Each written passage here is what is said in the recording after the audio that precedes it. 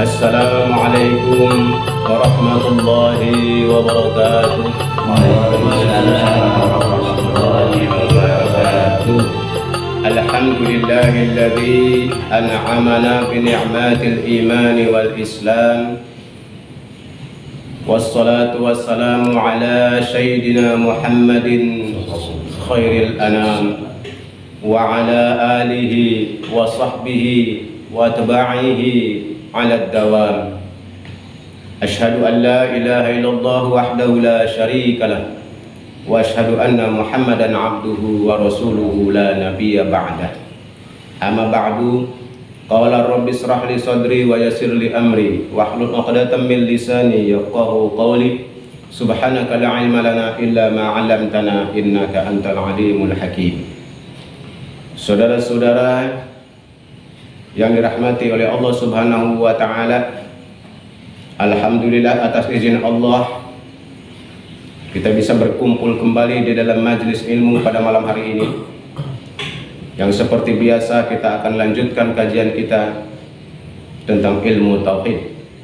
Yang pada malam hari ini insyaallah kita akan membicarakan tentang sifat ma'nawiyah dari Allah Subhanahu wa taala, yaitu kaunuhu sami'an basiran. Wa yajibu fi haqqihi ta'ala kaunuhu sami'an basiran. Maka wajib bagi haknya Allah Ta'ala memiliki sifat sami'an basiran. Keberadaan Allah itu maha mendengar dan maha melihat. Wa huma sifatani lahu ta'ala azaliyatani. Bahwasanya kedua sifat tersebut, yaitu sami'an basiron, itu bagi Allah Ta'ala azaliyatan. Jadi merupakan sifat yang ajali, yang ada terdahulu secara ajali, bukan sesuatu hal yang baru.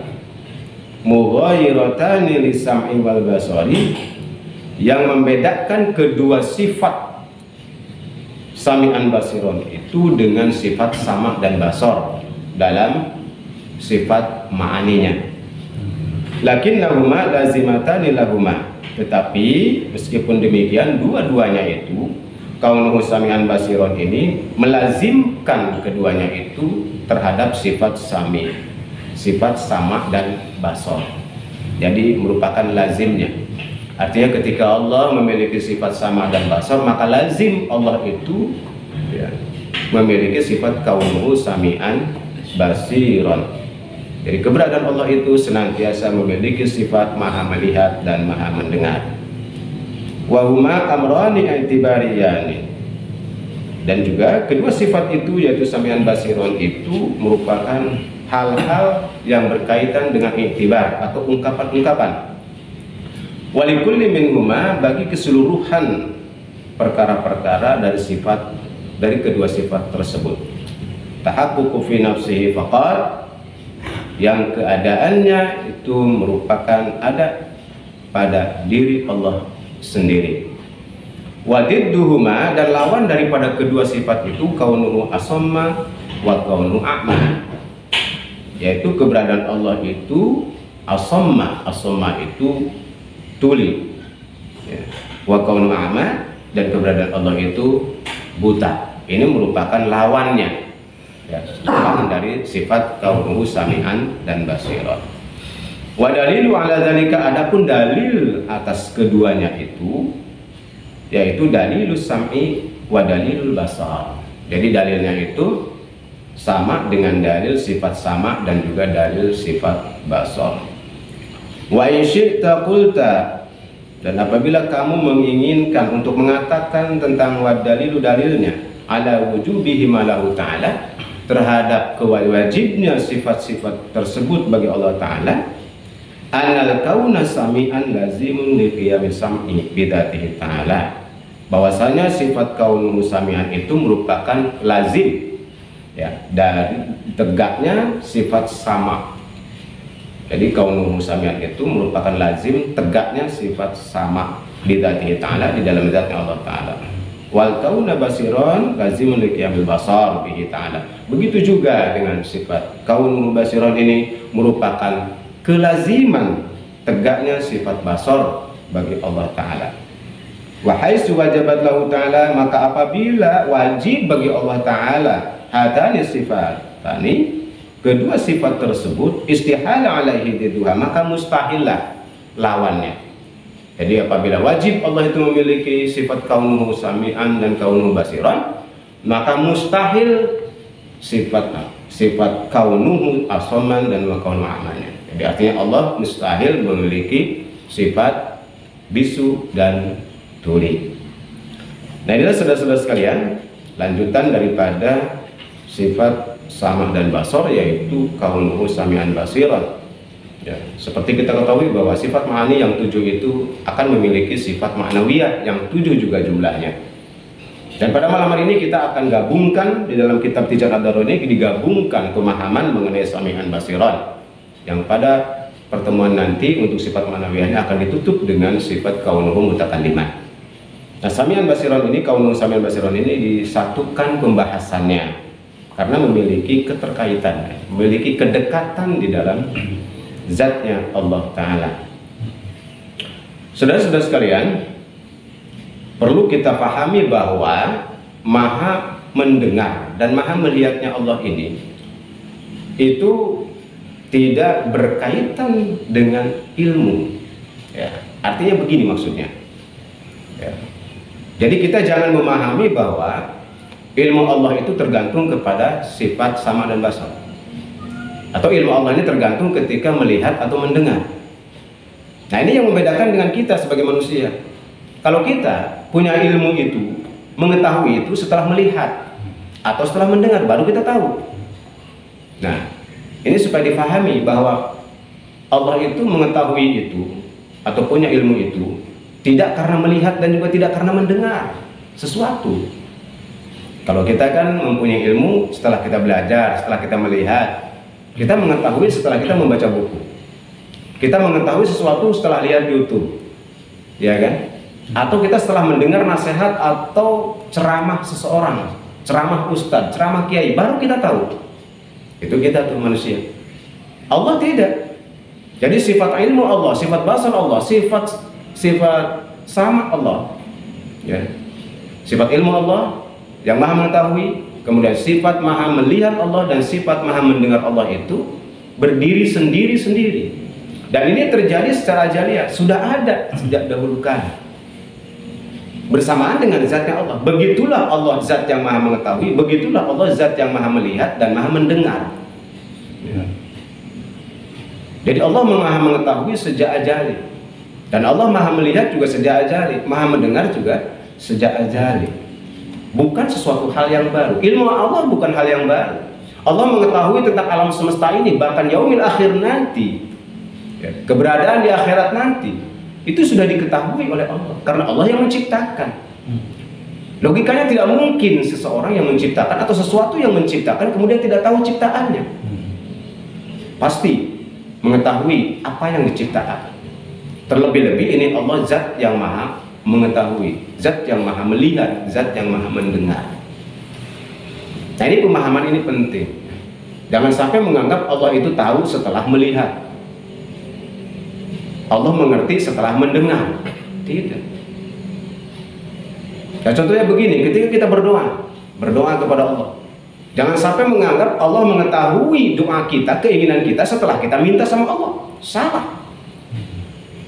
Sebelum kita minta, Allah sudah tahu. Sebelum kita berdoa, Allah tahu. Karena Allah mengetahui, Allah melihat, Allah mendengar apa yang ada pada diri kita. Baik kita ucapkan ataupun hanya gerentas di dalam hati, Allah mengetahui itu. Allah juga mendengar itu, Allah juga melihat itu. Jadi bersamaan. Maha melihatnya Allah, maha mendengarnya Allah, dan maha mengetahuinya Allah itu bersamaan. Terjadinya bersamaan, beriringan. Oleh karena itu, apapun yang terjadi di alam semesta ini, itu tidak ada yang bisa terhindar dari pengamatan Allah. Tidak ada yang lolos, sekecil apapun, gitu, sekecil apapun. Nah, oleh karena itu, saudara-saudara sekalian, hikmah daripada kita memahami kaunuhu sami'an, bahwa Allah itu ya, senantiasa maha mendengar. Sami'an ini maha mendengar. basiron, maha melihat. Hikmahnya adalah karena kita yakin bahwa Allah ini maha mendengar, maka apapun yang kita sampaikan, apapun yang kita rasakan, Allah mendengar. Lintasan hati kita bergumam di dalam hati kita, ya. Kalau bergumam mungkin masih gak keluar suara di mulut, tapi kadang-kadang hati kita itu juga berbicara, gerentes, ya, atau khotir, ya. Nah, gerentes hati itu didengar, bukan hanya diketahui, didengar. Diketahui pasti, Allah tahu apa yang lintasan hati kita, tapi lintasan hati kita pun itu didengar oleh Allah. Jadi selain diketahui oleh Allah, didengar oleh Allah, lintasan hati, apalagi ucapan, apalagi doa. Jadi Allah maha mendengar. Oleh karena itu saudara-saudara sekalian, apabila kita mengalami persoalan di dalam kehidupan, apapun itu persoalannya, karena sering kita sampaikan bahwa dunia ini memang merupakan tempatnya cobaan, tempatnya kesusahan, silih berganti antara susah dan senang, ya. Itulah sifatnya dunia. Oleh karena itu jangan heran kalau kemudian di dalam kehidupan kita mengalami berbagai macam dinamika, kadang senang, kadang susah, kadang gampang, kadang sulit. Seperti itulah. Oleh karena itu dengan memahami bahwa Allah ini memiliki kaunun sami'an senantiasa, ya. Kalau sama itu berarti maha mendengar. Tapi kalau kaunun sami'an senantiasa, ini penegasannya. Kalau sami'an saja itu berarti Allah maha mendengar. Tapi kalau kaunun sami'an, Allah senantiasa mendengar. Artinya tidak ada satu detik pun yang lolos dari pendengaran Allah, karena senantiasa. Kalau kita sudah yakin bahwa Allah senantiasa mendengar apapun, bukan hanya suara kita, bukan hanya ungkapan atau ucapan kita, lintasan hati, keinginan hati kita itu didengar oleh Allah Subhanahu wa Ta'ala, maka kenapa kita tidak mau curhat kepada Allah? Oleh karena itu kalau mau curhat, curhatlah kepada Allah. Jangan curhat di medsos. Ini kebanyakan ketika ada persoalan, ada masalah, curhat di medsos. Apa maksudnya curhat di medsos? Ya. Menceritakan kesulitan kita, menceritakan kita lagi sakit, menceritakan di situ segala macam kesusahan. Kadang-kadang hubungan suami istri, ya. Istrinya cerewet diceritakan di medsos, diposting. Apa yang bisa diharapkan? Itu namanya membuka aib. Tidak akan menemukan solusi. Apakah tidak yakin bahwa Allah itu memiliki kaunuhu sami'an? Oleh karena itu curhatlah kepada Allah. Kalau kita sudah memahami tauhidnya, curhatlah kepada Allah. Yakini Allah itu ala hayat, Allah itu hidup, Allah itu ada. Allah itu ada. Dan Allah maha mendengar. Sampaikanlah keluh kesah kita kepada Allah Subhanahu wa Ta'ala. Tinggal tergantung sejauh mana keyakinan kita tentang itu. Kalau kita yakin bahwa Allah mendengar setiap keluh kesah kita, Allah mendengar setiap permohonan kita, maka Allah akan kabulkan itu dengan berbagai bentuk pengabulan. Sampaikanlah keluh kesah kita, gak usah ragu-ragu, bicaralah dengan Allah. Oleh karena itu saudara-saudara sekalian, kata kuncinya adalah sinyal hati kita jangan putus dari Allah. Ini kadang-kadang sinyalnya putus. Sinyal nyambung ketika sholat, sinyal nyambung ketika zikir, sinyal nyambung ketika baca Quran, baru tuh disambungkan sinyalnya. Tapi ketika kita berada dalam kehidupan sehari-hari, seakan-akan sinyal itu putus dari Allah. Maka kata kuncinya adalah senantiasalah kita berkomunikasi dengan Allah Subhanahu wa Ta'ala. Dalam setiap hal, dalam setiap keadaan, jangan putus kita komunikasi dengan Allah. Kita berada di rumah, komunikasi dengan Allah. Kita berada di majelis, komunikasi dengan Allah. Kita di masjid, komunikasi dengan Allah. Ketika di pekerjaan, di kantor, sedang dagang, di pasar, atau dimanapun kita berada, di darat maupun di laut, di udara, jangan putus komunikasi dengan Allah Subhanahu wa Ta'ala, agar kita bisa merasakan kehadiran Allah beserta kita. La takhaf wa la tahzan innallaha ma'ana. Itu kan ucapan Rasulullah SAW kepada Sayyidina Abu Bakar As-Siddiq ketika bersembunyi di Gua Sur, dikejar-kejar oleh orang Arab jahiliyah ketika mau hijrah. La takhaf wa la tahzan, jangan takut, jangan khawatir wahai Abu Bakar. Innallaha ma'ana, sesungguhnya Allah beserta kita. Kalau kita bisa merasakan hal demikian, maka betapa indahnya hidup kita. Dan yang pasti kita tidak akan merasa kesunyian di dalam hidup ini. Kita tidak akan merasa sendirian. Manakala penderitaan kita, manakala curhatan kita tidak diperhatikan oleh manusia, sekalipun demikian, maka bagi orang yang bertauhid tidak putus asa, dia tidak kecewa. Kesedihannya, kesulitannya tidak didengar oleh manusia, tidak ada empati dari manusia, dia tidak kecewa. Karena dia meyakini masih ada Allah yang mendengar penderitaan saya, yang mendengar keluh kesah saya. Manusia biasa sajalah. Kadang ngedengar, kadang enggak. Sekali ngedengar pun biasa-biasa aja. Itulah manusia. Itulah manusia. Makanya kalau kita terlalu berharap agar kita diperhatikan oleh manusia, maka bersiap-siaplah untuk kecewa. Berharaplah kita diperhatikan oleh Allah Subhanahu wa Ta'ala. Yakin.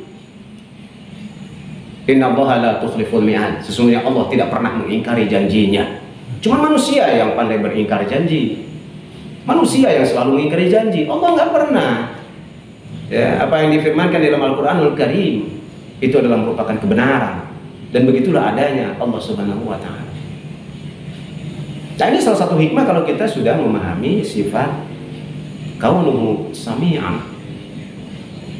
Nah, begitu juga dengan kaunuhu basiran. Allah ini maha melihat.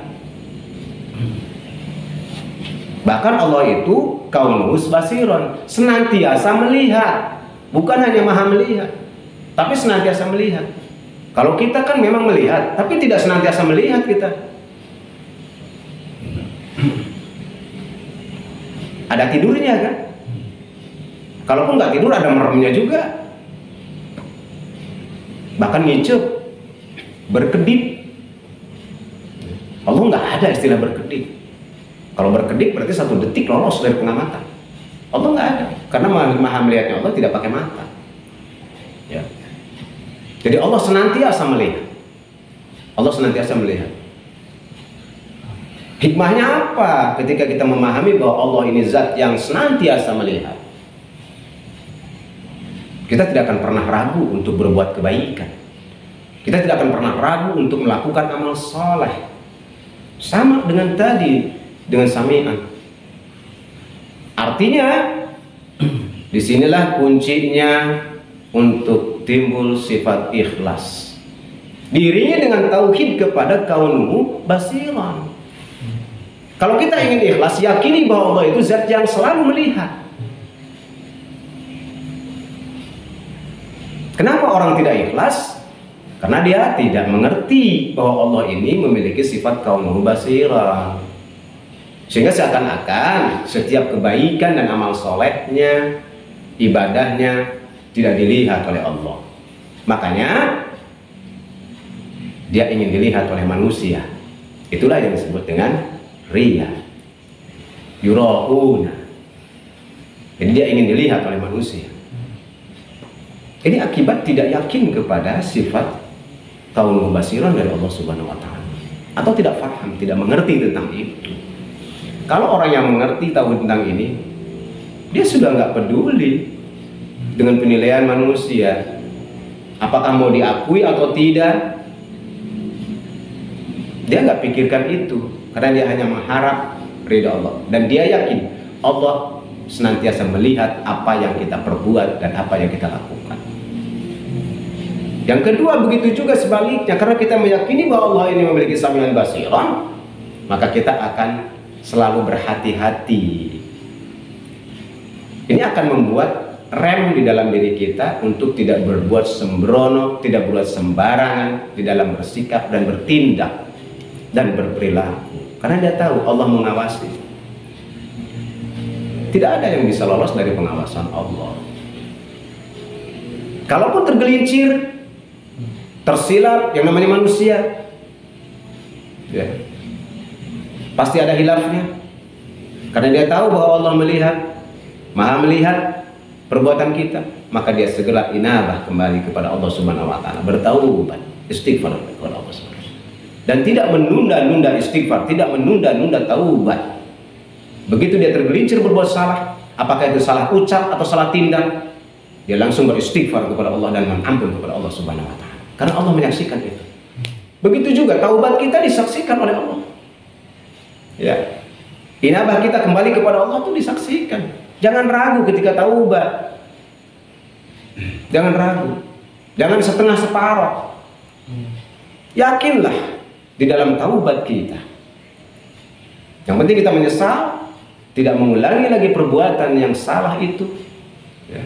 Kemudian iringi dengan amal baik dan amal soleh sebagai bukti taubat kita. Sudah, selebihnya pasrahkan kepada Allah, Zat yang Maha melihat. Allah Maha melihat dan Maha mengetahui taubat kita.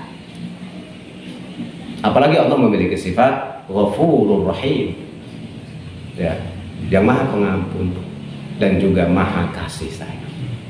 Saudara-saudara sekalian, ada salah satu dalil di dalam Al-Qur'anul Karim, di antaranya di dalam surat Al-Mujadilah ayat 1. Nah, kaitannya dengan Sami'an Basiran.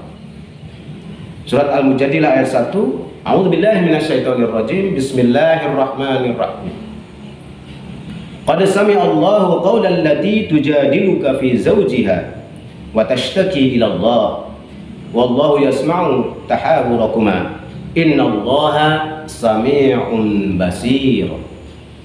Qad sami'allah, sungguh Allah telah mendengar qawlan lati tujadiluka, ucapan perempuan yang mengajukan gugatan fi zawjiha fi tashtaki ila Allah. Sungguh Allah telah mendengar ucapan perempuan yang mengajukan gugatan kepadamu wahai Muhammad tentang suaminya. Wa tashtaki ila Allah, dan mengadukan halnya kepada Allah. Wallahu yasma'u tahawurakuma, dan Allah mendengar percakapan antara kamu dan berdua. Innallaha sami'un basir. Sesungguhnya Allah Maha mendengar dan Maha melihat. Nah, itu. Jadi sifat Allah itu yang 20 ada di dalam Al-Qur'an.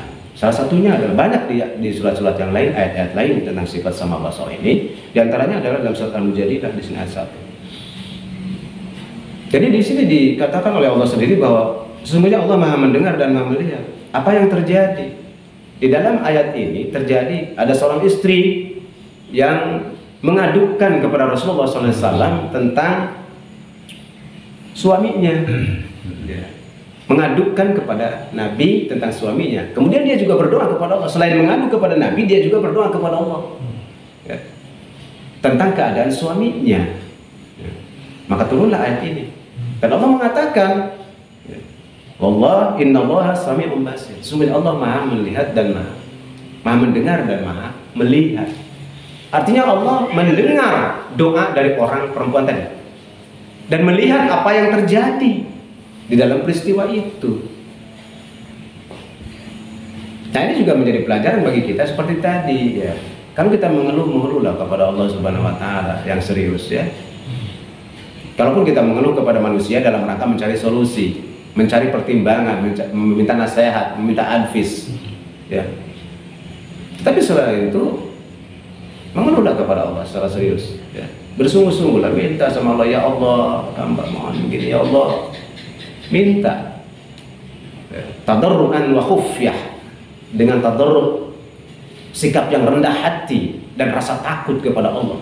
Begitu cara merayu Allah, ya. Jadi cara meraih Allah itu dengan tadarruan wa khufyah, dengan rendahkan hati kita di hadapan Allah, kemudian dengan rasa takut kepada Allah. Ajrih kalau dalam bahasa Sundanya, penuh dengan ta'ziman yang sangat, penuh dengan rasa butuh dan rasa harap kepada Allah Subhanahu wa taala. Kalau perlu menangislah di hadapan Allah. Menangislah. Allah senang. Setiap tetes air mata dari hambanya yang berdoa, Allah senang, Allah suka sekali. Ya. Bahkan kalau hamba yang tidak mau meminta kepada Allah dikatakan hamba itu adalah seorang yang sombong, takabur, seakan-akan dia tidak membutuhkan Allah.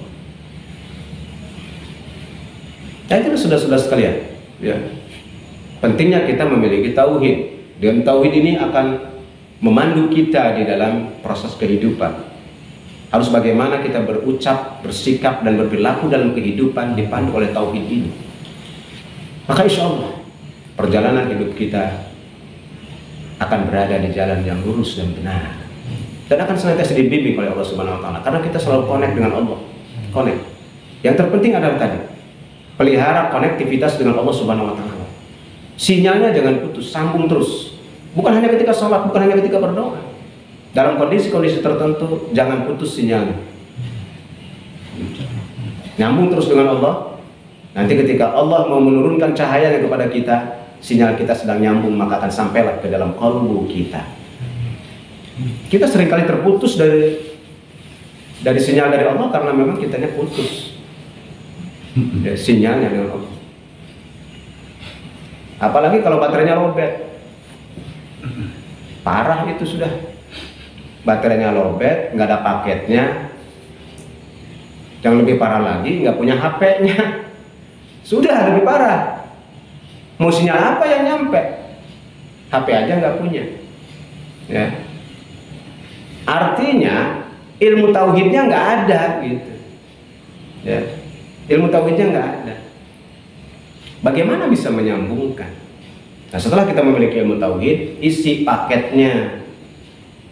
Ya, isi paketnya. Setelah itu, on-kan terus kalbu kita kepada Allah Subhanahu wa Ta'ala.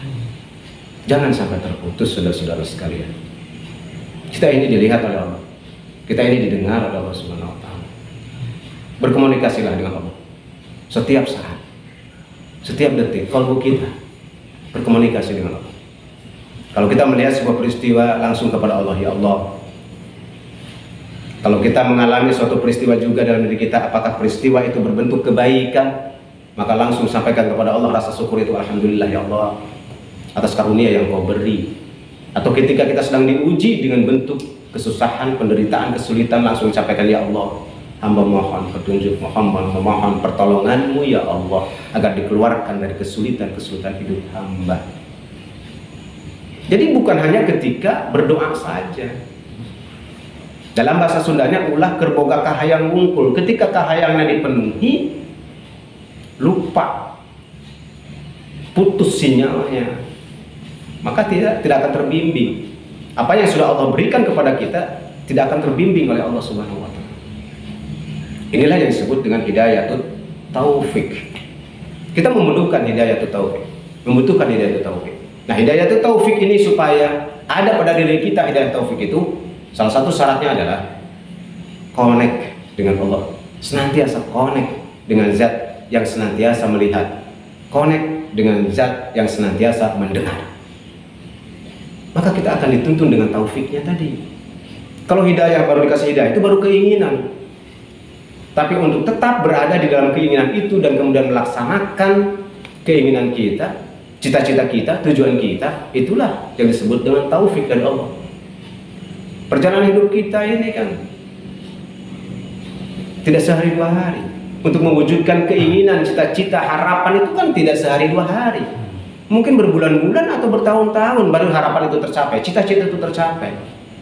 Yang belajar saja kan SD 6 tahun, SMP 3 tahun, SMA 3 tahun, kuliah 4 tahun. Begitu panjang perjalanan untuk mencapai cita-cita. Nah, supaya perjalanan itu mencapai cita-cita itu berada dalam bimbingan dan taufik dari Allah, connect terus supaya kita tidak tergeser atau terbentur atau tersesat lebih-lebih parah lagi, sehingga jauh dari cita-cita yang kita inginkan dari awal. Dan inilah saudara-saudara sekalian, masih banyak sebetulnya ayat-ayat Al-Quran yang bisa kita baca, diantaranya di dalam surat Toha, di situ juga ada.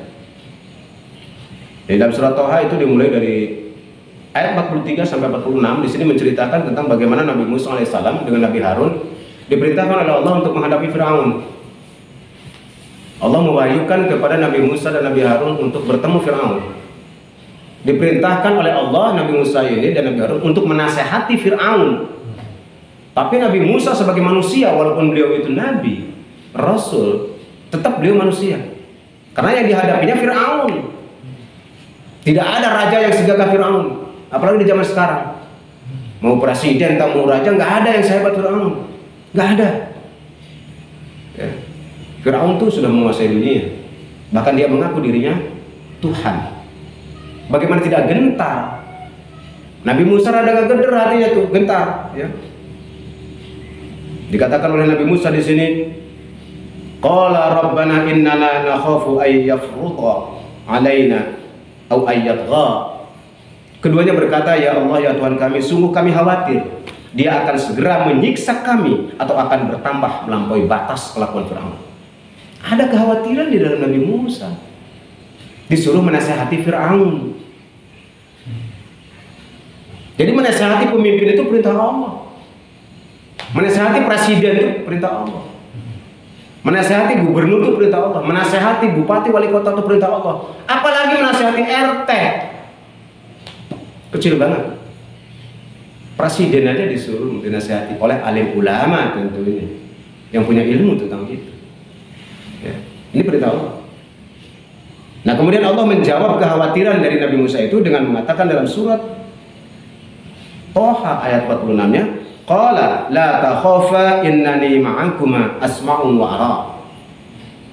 Dia Allah berfirman, janganlah kamu berdua khawatir. Sesungguhnya aku bersama kamu berdua. Aku mendengar dan melihat. Nah, jadi Allah menyampaikan kepada Nabi Musa dan Nabi Harun, kamu nggak usah khawatir, kamu nggak usah takut, karena itu perintah Allah. Kamu nggak usah takut, nggak usah khawatir. Innani ma'akuma, sesungguhnya aku bersama kalian berdua, kata Allah. Asma'u wa ara, dan aku mendengar dan melihat. Nah ini bisa diambil itibar oleh kita. Berarti kita juga seperti itu semestinya. Allah mendengar, Allah melihat kita. Nggak usah khawatir. Ya, dengan tauhid itu kita nggak usah khawatir. Menghadapi apapun kita nggak usah khawatir dalam hati. Walaupun sebagai manusia kadang-kadang ada kekhawatiran, ya, ada ketakutan. Tapi sekali lagi, konekkan kepada Allah, sampaikan kepada Allah, maka akan timbul ketenangan di dalam diri kita. Akan timbul ketenangan. Kalau pengen tenang ya begitu. Maka kita akan tenang menghadapi siapapun. Sepanjang kita berada di jalur yang benar tentunya. Sepanjang kita berada di jalur yang diperintahkan oleh Allah dan Rasulullah SAW. Yakini kebenaran itu. Tidak usah ragu. Sampaikan kebenaran itu kepada siapapun, tidak usah ragu. Karena Allah akan bersama kita. Seperti mana yang disampaikan juga oleh Rasulullah SAW. Innallaha ma'ana. Di dalam surat Al-Maidah juga ayat di situ, surat Al-Maidah ayat 76, kemudian surat Al-Hujurat ayat 16, ya. Kemudian dalam surat Al-Baqarah ayat 256 dan surat Al-Baqarah ayat 265. Nah itu bisa dilihat di dalam Al-Quranul Karim tentang dalil-dalil tentang sifat kaunuhu sami'an wa kaunuhu basiran. Mudah-mudahan ada manfaatnya pertemuan pada malam hari ini bagi kita, dan kita senantiasa memohon kepada Allah agar senantiasa terus dibimbing tauhid kita oleh Allah, pendekatan kita kepada Allah, pengenalan kita kepada Zat yang Maha Mulia, yaitu Allah Subhanahu wa Ta'ala. Orang yang sudah mengenal Allah, maka dia akan menemukan kebahagiaan dalam hidupnya, ketenangan, ketumaninahan di dalam hatinya, karena dia mengenal Allah dengan baik. Ya. Bukan hanya di dunia, tapi juga sampai ke akhirat nanti. Itulah kunci ketenangan saudara-saudara sekalian. Makanya tauhid ini penting untuk kita fahami, kemudian dijadikan panduan di dalam perilaku hidup kita. Jangan keluar dari tauhid ini. Insya Allah, Allah akan membimbing kita, menyelamatkan hidup kita fid dunya wal akhirah. Amin. Terima kasih. Mohon maaf apabila ada kekeliruan dan kekurangan di dalam penyampaian malam ini. Hadanallahu wa yakum ajma'in. Wallahu muwaffiq ila aqwamit thoriq. Wassalamualaikum warahmatullahi wabarakatuh.